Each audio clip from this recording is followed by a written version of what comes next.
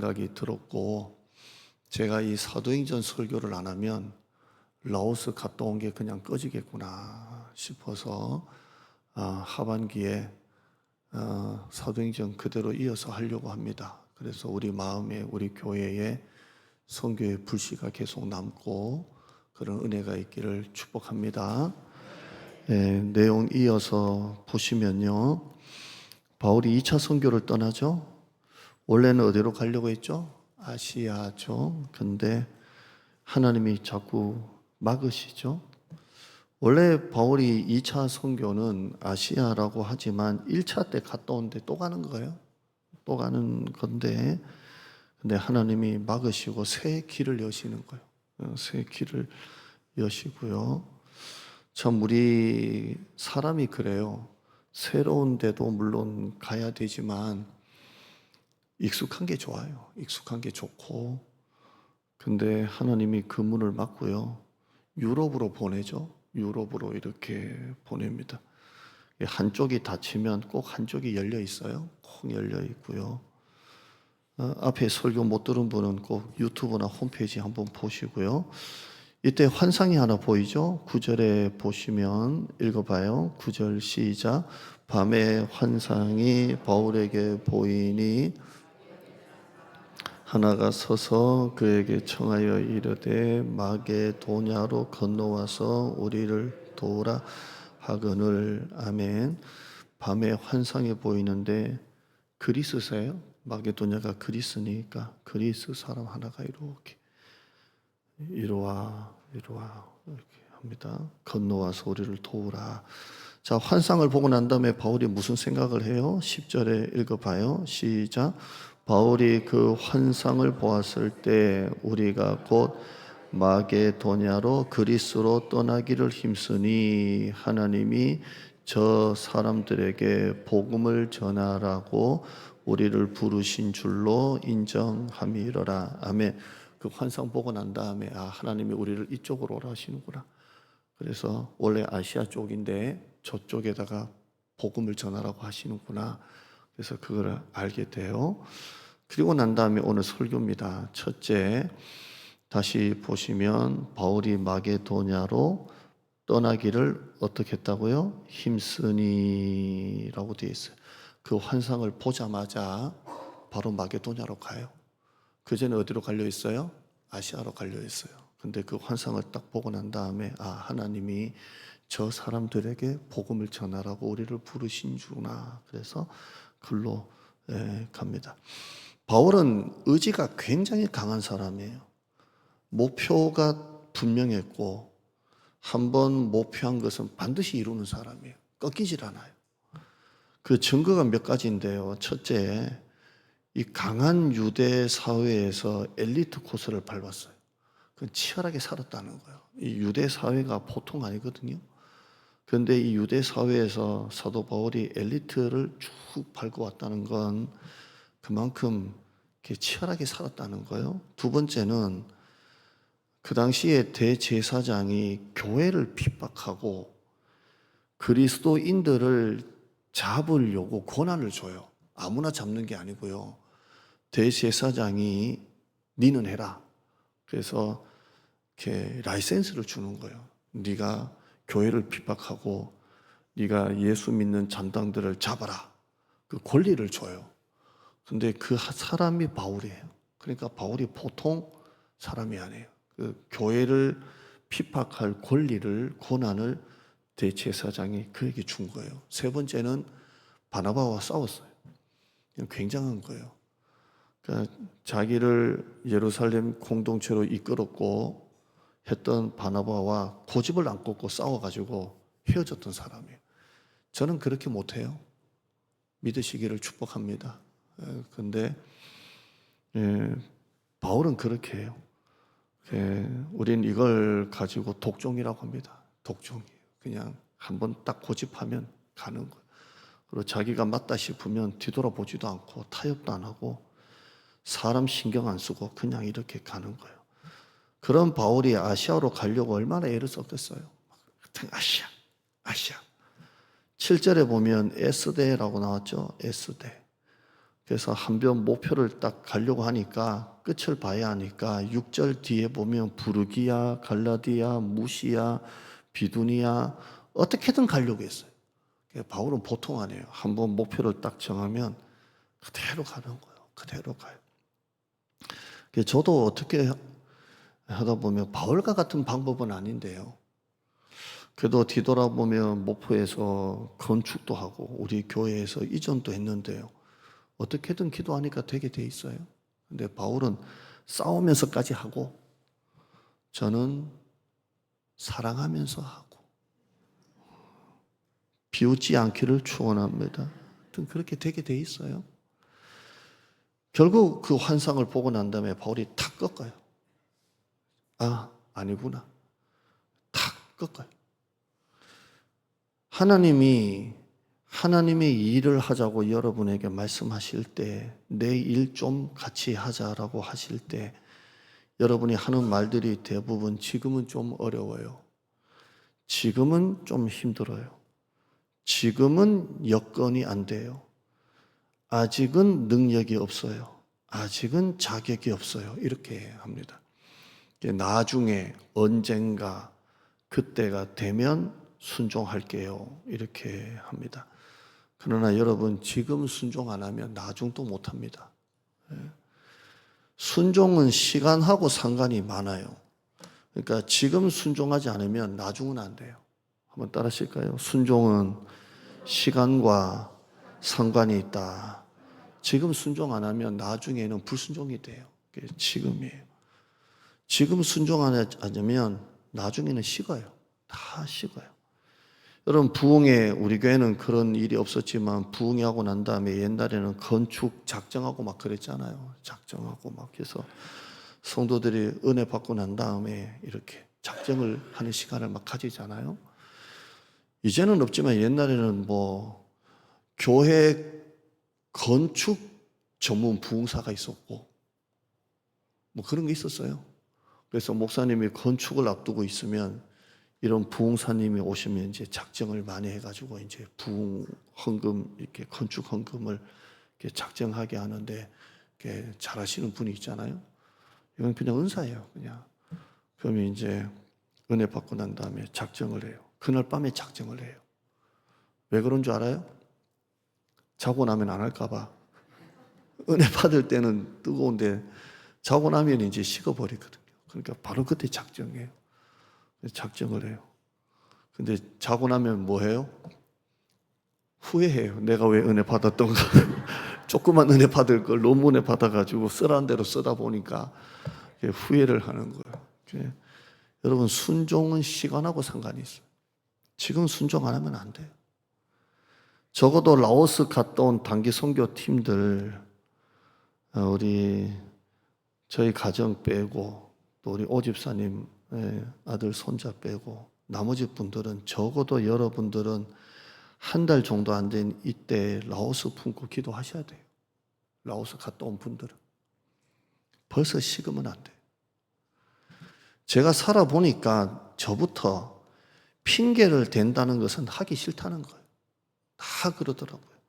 뭐 이래서 못해요, 저래서 안 돼요 라고 하는 거 가만히 들어보면요, 결국에는 하기 싫구나 라는 걸 알아요. 왜 아냐면 그렇게 말해놓고 자기가 하고 싶은 건 다 하더라고요. 뭐 기분 나쁘세요? 네. 그러더라고요. 뭐 이래서 못한다, 저래서 시간이 안 된다, 저래서 안 된다 해놓고 자기 할 건 다 하더라고요. 그래서 앞에서는 하지만 속으로는 무슨 생각을 해요? 하기 싫다는 거구나. 하기 싫은 거구나. 아브라함은 갈대아 우르를 떠나라고 할 때 바로 떠났어요. 시간과 순종이 상관이 있으니까 그래요. 아들을 번제로 바치라 라는 말을 듣고 바로 바쳤어요. 순종은 바로예요. 그때 하나님의 복을 알게 돼요. 그러나 우리는 하나님께 설득을 당하는 게 아니라 우리가 자꾸 하나님을 설득하려고 해요. 이래서 안 되고요. 저래서 안 되고요. 이래서 못 하고요. 저래서 못 하고요. 이래서 교회를 떠나고요. 이래서 안 되고요. 하나님께 깨지질 않아요. 깨지지를 않고 내가 하나님을 자꾸 설득하려고 해요.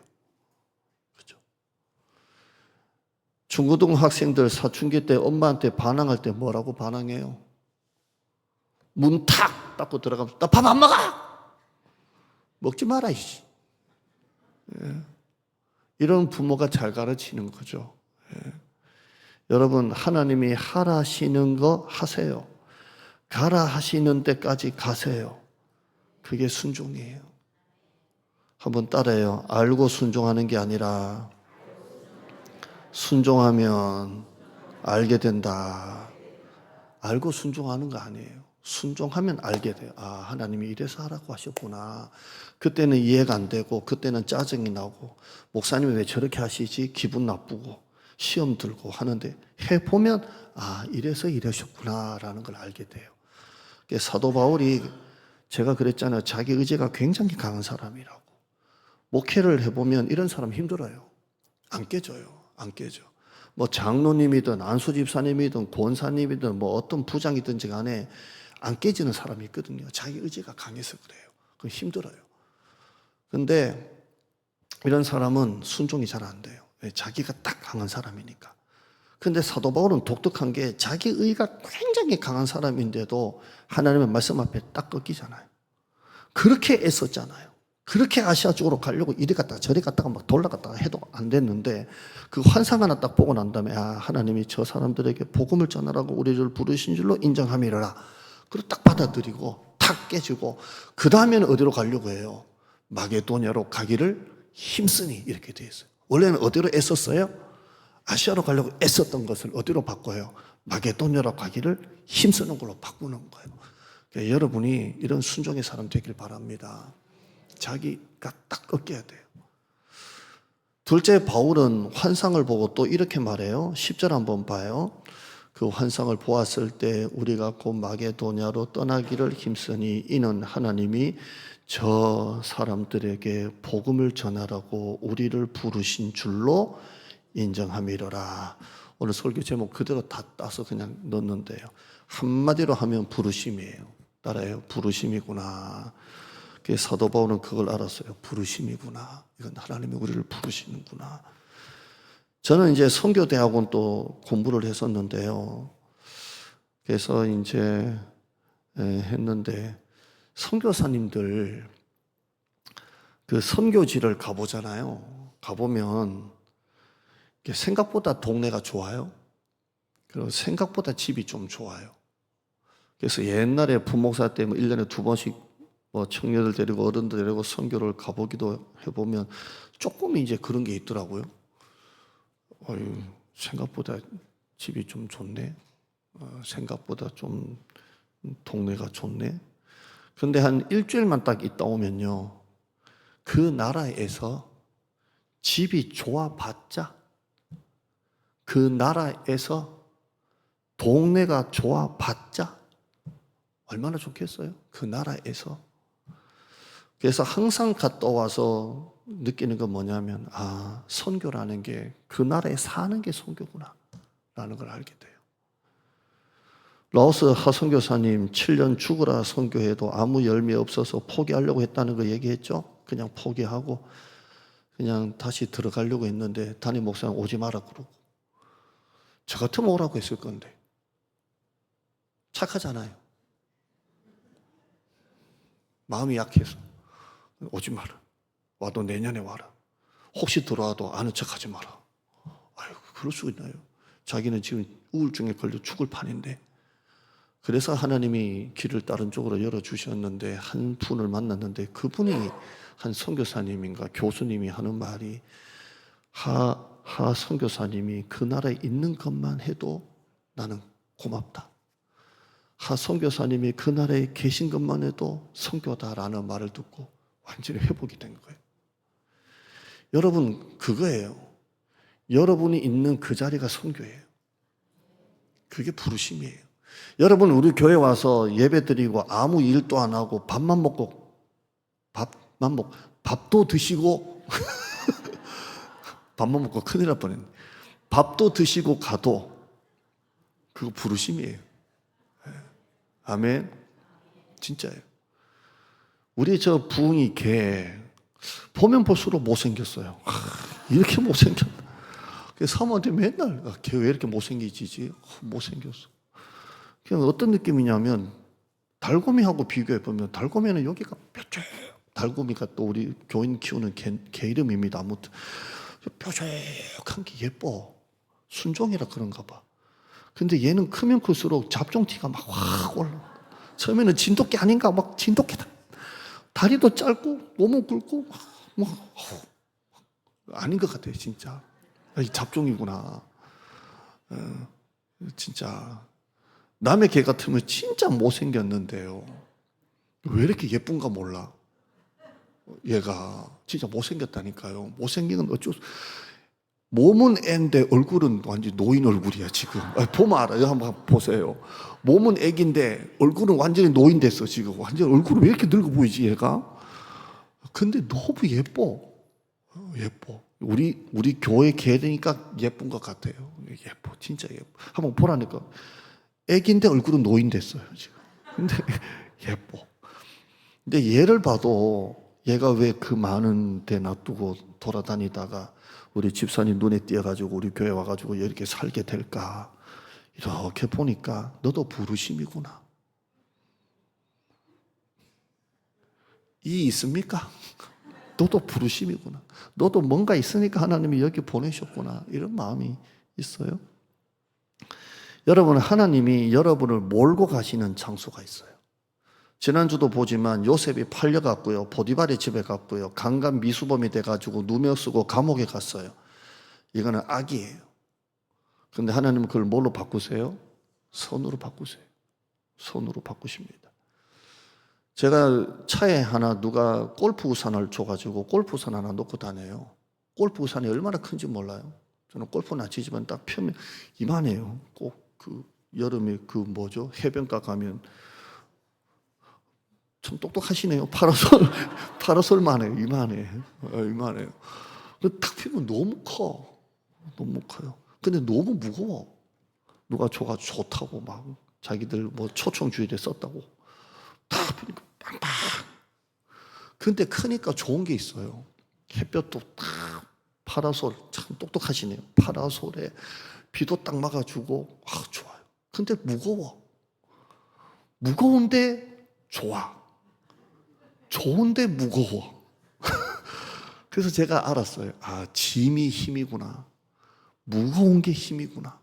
그러니까 여러분 가정에 십자가가 있고 고난이 있고 어려움이 있고 그런데 그게 여러분의 힘이라니까요. 힘이에요. 여러분이 내 마음에 들든 안 들든 지금 있는 그 자리가 뭐 직장이든 아니면 여러분 맡은 교회 어떤 직분이든 뭐든지 간에 내 성에 차든 아니든 지금 이 자리가 부르신 자리예요. 하나님이 보내신 자리예요. 보내심의 자리예요. 그러므로 그 부르심의 자리에서 만나는 사람들과 좋은 관계를 맺으셔야 돼요. 이 자리가 하나님의 부르심의 자리라면 지금 있는 사람들과 사이좋게 지내야 돼요. 어떻게 모든 인간들이 사람이 나오고 마음이 똑같아요? 어떻게 결이 똑같을 수 있어요? 마누라도 안 되는데. 아멘. 우리는 각방 써요. 왜냐면 자다가 되면 마누라가 싫어해. 그래서 아예 각방 쓰고 살아요. 마누라도 결이 틀린데 어쩌라고요. 어제 그러더라고요. 내가 천국 가면 하나님께 뭐 어쩌고 당신 하나 품고 살아온 것만 해도 뭐 이러고 있다면서. 네, 근데 여러분이 있는 그 자리에 하나님의 부르심의 자리라면 사람들과도 사이좋게 지내야 돼요. 사이좋게 지내고 참을 건 다 참으시고요. 그것이 내 마음에 들든 안 들든 여러분이 최선을 다하고 충성을 다하셔야 돼요. 제가 금요 기도에 설교했죠. 제가 복 받는 이유 첫째 우리 어머니 기도, 두 번째 제가 목사님들을 잘 섬겨요. 세 번째 저는 제가 있는 자리에서 충성을 해요. 저는 7군데 교회를 섬겼지만 항상 충성해요. 그게 제가 복 받은 자리예요. 하나님은 지금 또 환상을 통해서 우리를 부르고 계십니다. 예수님은 추수할 곡식은 많은데 일꾼이 없다. 이사야는 누가 우리를 위하여 갈고 내가 누구를 보낼고 하나님이 우리를 지금 부르고 계세요. 우리가 교회 와서 예배만 드리고 집에 가고 참 좋아요. 편안해요. 그러나 신앙생활은 편안하려고 하는 거 아니에요. 신앙생활은 부르심이에요. 하나님이 나에게 무엇을 원하실까? 어느 곳으로 인도하실까? 나의 돈, 나의 시간을 하나님이 어떻게 쓰실까? 이걸 생각하셔야 돼요. 항상 우리는 자꾸 안락한 걸 좋아해요. 안락한 거. 우리나라 역사 좀 말씀드릴게요. 우리나라 그래도 공식적으로 최초의 선교사는 언더우드예요. 미국 북장로교 출신입니다. 1885년도 4월 5일 부활주일날 입국했다고 되어 있습니다. 이분이 혼자 오는 게 아니고 아펜젤러 선교사와 같이 왔어요. 아펜젤러는 감리교 선교사님이에요. 이 두 분이 같이 들어왔어요. 그러니까 우리나라 선교사님이 미국 장로교, 그 다음에 미국 감리교, 장로교, 감리교가 최초의 선교사님이에요. 그러므로 여러분이 장로교 우리 교회에서 예배드리고 감리교에 계셨던 분들은 축복합니다. 감리교, 장로교 그렇다는 거예요. 나는 옛날에 침략인데 또 시험 들지 마시고 그렇다는 거예요. 이렇게 와서 언더우드 선교사가 경신학교를 세웠던 게 경신고등학교고 연희전문학교가 나중에는 나중에도 이름이 바뀌죠. 연희전문학교가 연세대학교로 바뀝니다. 자, 이렇게 선교사님이 입국을 했는데요. 그 전에 우리나라 특징이 뭐냐면 선교사님이 들어오기 전에 성경이 먼저 들어왔어요. 근데 성경이 번역된 성경, 우리말로 번역된 성경이 먼저 들어왔다는 거예요. 이 선교사님은 로스라는 선교사님이에요. 제가 선교대학원에서 공부할 때 한 과제가 이분 연구하는 걸 맡았어요. 그래서 저는 생전 보도 못한 듣도 못한 로스 선교사를 연구를 해서 그때 발표를 했었는데요. 이 로스 선교사가 스코틀랜드 선교사예요. 그때 우리나라가 대원군이 세국 정책을 해가지고 입국이 안 되니까 이 로스 선교사가 중국으로 넘어갔어요. 중국으로 파송을 받았어요. 중국에서 조선인 상인과 조선인 유학생을 통해서 그들에게 복음을 전했어요. 왜? 우리나라 못 들어오니까 중국에 있는 장사하는 사람들, 유학생들에게 복음을 전했어요. 그들에게 한글을 배웠어요. 그래서 이 로스 선교사가 제일 급한 거는 이 하나님의 말씀을 글로 옮겨서 이들에게 전해야 되겠다 해가지고 성경을 한글로 번역했어요. 이때 번역에 헌신한 조선인이 있어요. 이응찬, 서상윤, 백홍준 이런 사람들이 성경 번역에 동참을 합니다. 이렇게 해서 로스 성경이 나왔어요. 1887년도에 공식 출판이라고 되어 있는데요. 그 전에 82년도에 이미 누가복음이 번역돼서 나옵니다. 누가복음. 그래서 우리나라 선교의 특징은 선교사가 들어오기 전에 먼저 성경이 들어왔다는 게 특징이에요. 기억하시기를 축원합니다. 언더우드 선교사가 우리나라 와서 딱 했던 말이 있답니다. 우리는 이 조선에 씨를 뿌리러 왔는데 이미 열매가 있다 이렇게 했어요. 왜냐하면 그 전에 성경이 먼저 들어와서 열매가 있다는 거예요. 그래서 언더우드 선교사가 우리는 이 땅에 씨를 뿌리러 온 줄 알았는데 이미 열매가 맺히고 있었다라고 감탄했답니다. 하나님이 우리를 그렇게 쓰신 거예요. 아멘. 하나님이 우리나라 얼마나 복을 주셨습니까? 6.25 전쟁 끝나고 당시 필리핀 국민 소득 170달러, 태국이 220달러, 우리나라는 76달러였답니다. 세계에서 뒤에서 2등으로 가난한, 정말 찢어지게 가난한 나라였습니다.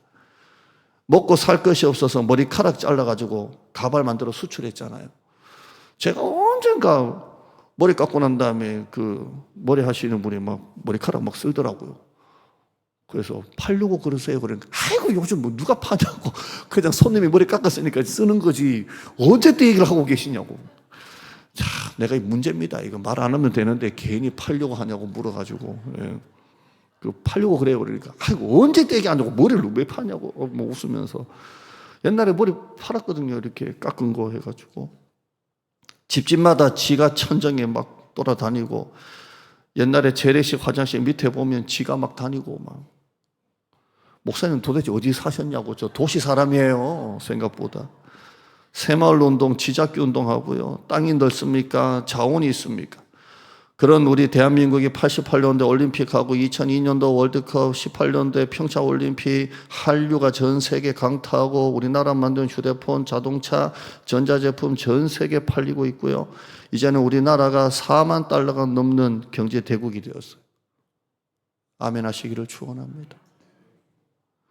우리나라 개신교 부흥이 좀 독특합니다. 광복 1945년도에 한반도 45년도 전체 우리 남북 다 합쳐서 대한민국 전체 한반도의 기독교인들은 80%였는데 그 80% 이상이 북한에 살았어요.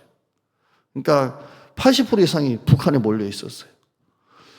북한이 부흥할 때, 그렇게 교회가 부흥할 때 이 남쪽에서는 양반 쌍놈 따졌어요. 그러니까 부흥이 안 되는 거예요. 왜냐하면 교회 오면 양반 쌍놈이 어디 있어요? 남자 여자가 어디 있어요? 그러잖아요. 그런데 아직 남한에서는 쌍놈 뭐 이렇게 따지니까 남한에서는 전도가 안 되고요. 북한에서는 막 돼요. 그런데 북한이 공산화가 돼요. 교회가 핍박받고 순교하고 초토화가 되는 거예요. 북한의 공산 정권이 들어서자 수많은 북한 사람들이 신앙의 자유를 찾아서 북한 목사님들과 성도들이 남한으로 내려옵니다. 그래서 북한 성도들이 남한에 내려와서 이 남쪽이 이렇게 복음화가 된 거예요. 이 북한 사람이 우리나라 내려와서 공산화로 인해 와서 내려와서 가장 먼저 한 게 뭐였겠습니까? 교회를 세웠어요. 성실하게 살고 억척같이 살면서 단기간에 상권을 형성하고 자기들이 큰 돌로 교회를 세우기 시작했어요. 그때부터 복음이 이 남쪽에도 힘있게 전파되기 시작해요.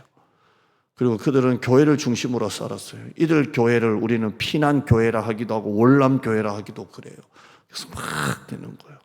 이들이 서울 쪽만 아니고요. 부산에 가면 영도교회, 부전교회가 있습니다.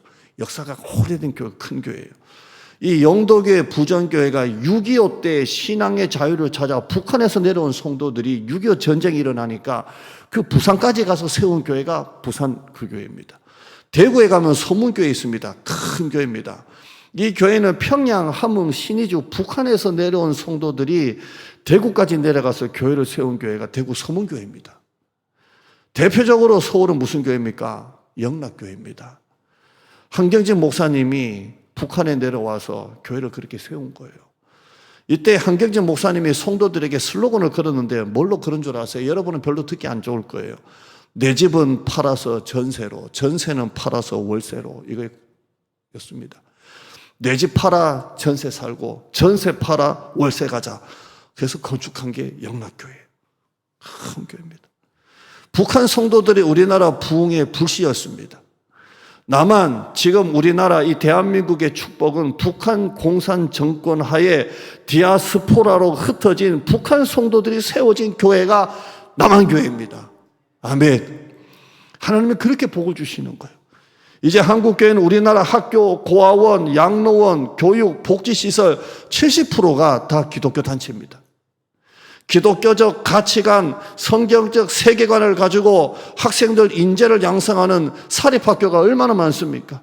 경신고등학교, 언더우드 선교사, 이화여자고등학교, 감리교 선교사, 스콜랜턴 여성 최초 교육기관이죠. 배재고등학교, 감리교, 아펜젤러, 선화여자고등학교, 감리교, 명지고등학교, 영락고등학교, 영락교회가 세웠어요. 이거 다 우리나라 주신 복이에요. 아멘. 현재 대한민국 선교사 파송 현황 주중에 예배 때 한번 말씀드렸지만 화면 한번 보시죠. 화면 보죠. 목사님 비율이 왜 우리 항상 맞춰도 비율이 틀려요. 화면 비율 말하는 거예요. 목사님 맞춰요. 대한민국 선교사 파송 현황 24년도 기준입니다. 장기 선교사는 21,621명에 171개국 나가 있고요. 단기 선교사는 516명 나가 있고요. 타 국적이 있는데도 우리나라 선교단체가 파송한 선교사님이 986명이에요. 할렐루야. 미국이 이어서 2위입니다. 불과 언더우드 선교사 이후에 140년 만에 하나님이 우리나라를 이렇게 세우신 줄 믿습니다. 외국 선교사가 우리나라 명칭을 딱 듣고 깜짝 놀랐대요. 조선이잖아요. 조선이 영어로 뭐예요? 초전이에요. 선택했다는 거예요. 그러니까 초전, 하나님의 선택한 나라 희한하게 맞아요. 아멘 한번 해보세요. 희한하게 하나님 우리나라를 조선인데 조선이 영어로 발음하니까 초전이에요. 하나님이 선택하신 나라예요. 우리나라는 일제시대 35년, 6.25 전쟁 3년, IMF 97년 11월에서 2001년 8월 23일 대통령 2번 탄핵, 한 분의 대통령은 자살, 감옥. 그런데 하나님은 우리나라에 이렇게 복을 주셨어요. 자원 하나 없고 땅에서 나는 거 하나도 없는 이 나라, 수출로, 장사로 이렇게 이 나라 하나님께서 복을 주셨어요. 왜 우리나라에 이렇게 복을 주셨습니까? 왜 하나님이 우리나라를 이렇게 초전하셨습니까? 왜 하나님이 우리나라를 이렇게 경제 대국하게 하셨습니까? 아무것도 없는 이 나라, 땅이 넓습니까? 그 좁은 땅에 남북 나누어져 있고 땅이 자원 하나 안 나는 이 나라, 하나님이 우리나라 선교하라고 부르신 거예요. 선교는 언제나 선진국이 후진국 향해 전도한다 그랬죠. 우리나라 복음을 전한 선교사도 다 선진국에서 왔고요. 우리나라 선교사님도 대부분 다 후진국으로 나가 있어요. 그냥 우리나라는 경제 대국이 되어야 돼요. 왜? 그래야 우리나라가 브랜드를 가지고 외국에 나가서 선교를 하는 거예요. 제가 선교, 우리 단기 선교 가기 전에 한 주 전에 특별 새벽 기도했는데요. 그 월요일 새벽 설교 주제가 뭐냐면 왜 하나님이 우리나라를 선교 대국이 되게 하셨을까? 왜 우리나라가 선교 2위가 되었을까? 이렇게 많은 선교사님이 나가게 했을까라고 설교했는데 한 번 더 반복할게요. 첫째는 인종이에요. 한국인은 흑인과 백인 사이의 중간쯤이에요. 그죠? 그러니까 우리나라가 흑인도 전도할 수도 있고 백인도 전도할 수도 있고 이질감이 없어요. 동남아 선교도 되고요. 그래요. 인종이에요. 두 번째는 우리나라 사람들이 잘 먹어요. 옛날에 우리나라가 가난하게 살아서 웬만하면 다 먹어요. 뿌리라는 뿌리도 다 먹어요. 칡뿌리, 연뿌리, 도라지 뿌리, 인삼뿌리, 마뿌리 다 뜯어 먹어요. 이파리도 다 뜯어 먹어요. 고추잎, 고구마잎, 호박잎, 깻잎까지 다 뜯어 먹어요. 못 먹는 게 없어요. 소는 꼬리까지 다 먹어요. 그냥 머리까지 다 뜯어 먹잖아요. 소머리, 돼지머리 다 뜯어 먹어요. 순대 가면 돼지 기대기도 막 먹고 그래요. 그러니까 우리나라가 외국에 어디 나가든지 간에 잘 먹어요. 그러니까 외국 나가면 뭐 이상각 막 주잖아요. 곤충도 주고 막 주잖아요. 그런데 우리나라 선교사님들은 뭐 주는 거 다 받아 먹어요. 옛날부터 뿌리란 뿌리, 이파리는 이파리, 뭐 꼬리까지 다 먹던 민족이기 때문에 잘 먹어요. 그러니까 친구가 잘 되는 거예요. 세 번째는 사계절이에요. 더울 때는 매우 덥고 추울 때는 매우 추워가지고 우리나라는 어디 가도 기후에 잘 적응해요. 체력이 좋아요. 강단이 있어요. 어디 가든지 못 갈 데도 없고 못하는 것도 없고요. 황무지 땅에 교회도 세우고요. 센터도 세우고요. 우리나라 사람이 억척스러워요. 네 번째는 우리나라 사람이 선해요. 선한 민족이에요. 중국은 못됐어요. 우리나라 연예인들이 뭐 연기하면서 대사 한마디 했다고 막 우리나라 자기 나라 들어오지 말라고 막 그러잖아요. 그렇죠? 중국이 지금 우리나라 국채를 계속 사들이고 있어요. 미국의 2배가 넘는 138조를 지금 중국이 우리나라 국채를 붙잡고 있어요. 카카오페이 지분 20%가 중국이고 토스 지분도 40%가 중국이 갖고 있어요. 그러니까 중국은 막 확. 우리나라 맨날 당하고만 살아요. 맨날 침략 당하고 맨날 두들겨 맞고 맨날 울기만 하고. 그러니까 외국 나가면 제가 터키 가니까 바울이 선교한 데가 터키잖아요. 터키 가니까 대한민국은 우리 형제 브라더.